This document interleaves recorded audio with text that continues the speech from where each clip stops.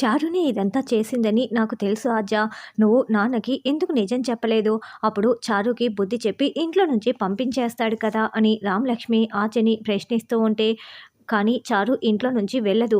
ఎందుకంటే ఈ ఇండ్లు మొత్తం కూడా పిన్ని బాబాయిల పేరు మీద ఉంది. పిన్ని బాబాయిలు చారు చేతిలో ఉన్నారు. కాబట్టి చారు వాళ్ళని కంట్రోల్‌లోకి తీసుకొని ఈ ఇంట్లో నుంచి వెళ్ళదు రామా. చారు వాళ్ళ నాన్న బ్రతికే ఉన్నాడు. ఆయన్ని తీసుకొచ్చి పెదనాన్న ముందు నిలబెడతాను. అప్పుడు చారుకి బుద్ధి చెప్పి ఇంట్లో నుంచి పంపించేస్తాడు అని ఆద్య చెప్తుంది. తర్వాత అహల్య ఇంద్రుని నాటకం వేస్తూ ప్రతి సీన్‌కి కూడా అక్కడ చారునే బలి చేస్తూ రామలక్ష్మి, ఆద్య చారుని చితక్కొడుతూ ఉంటారు. ప్రమీల నోటికి గాయంతో ఇంటికి రావటంతో "ఏమైందత్తయ్య? ఇదంతా ఆ రామలక్ష్మి పనేనా?" అని అస్మిత అడుగుతూ ఉంటుంది. గుడిలో ప్రమీల నాలుకకు రామలక్ష్మి త్రిశూలం చెక్కటం మొత్తం కూడా ప్రమీల వివరించటంతో "ఆ రామలక్ష్మి రానివ్వండి, దాని సంగతి చెప్తానని" అస్మిత అరుస్తూ ఉంటుంది. అప్పుడే శౌర్య రామలక్ష్మి ఇంటికి రావటంతో "ఏంటి ఇదంతా నీ పనే కదా? నువ్వు అత్తయ్య నాలుకకి నువ్వు త్రిశూలం చెక్కుతావా?" అని అస్మిత నిలదీస్తూ ఉంటే, "ఏం చేసేది? దయ్యం పట్టింది. మరి అత్తయ్యకు పట్టిన దయ్యాన్ని విడిపించటానికి అలా త్రిశూలం చెక్కాల్సి వచ్చింది.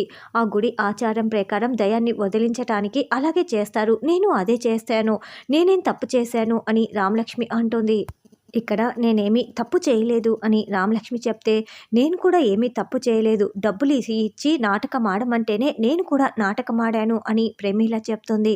"ఏంటి డబ్బులిచ్చి నాటకం ఆడమన్నారా? ఎవరని?" రామలక్ష్మి నిలదీస్తూ ఉంటే, "అవును, వాళ్ళు నా అకౌంట్లో డబ్బులు కూడా వేశారు. అందుకే నేను అలా మాట్లాడాల్సి వచ్చింది, అలా నటించాల్సి వచ్చింది. అంతే, నాకు ఏమీ తెలీదని" ప్రమీల చెప్తుంది. సారీ సార్, ఏ అకౌంట్ నుండి అత్తయ్య గారికి అమౌంట్ పడిందో మనం డీటెయిల్స్ తెలుసుకుంటే అతను ఎవరో మనకు తెలిసిపోతుంది సారీ సార్. వెంటనే ట్రేస్ చేయండి. ఆ అజ్ఞాత వ్యక్తి ఎవరో తెలిసిపోతుంది అని రామలక్ష్మి అనడంతో, "అలాగే రామ, వెంటనే తెలుసుకుందాం" అని శౌర్య అంటాడు. అలా రామలక్ష్మి ప్రమీల ఫోన్ని తీసుకొని అకౌంట్ నెంబర్ని శౌర్యకి చూపిస్తూ ఉంటుంది.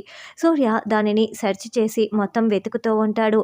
అలాగైతే ఇప్పుడే ఆ అజ్ఞాత వ్యక్తి ఎవరో రామలక్ష్మికి తెలిసిపోతుందా అన్నది రానున్న ఎపిసోడ్లో తెలుసుకుందాం.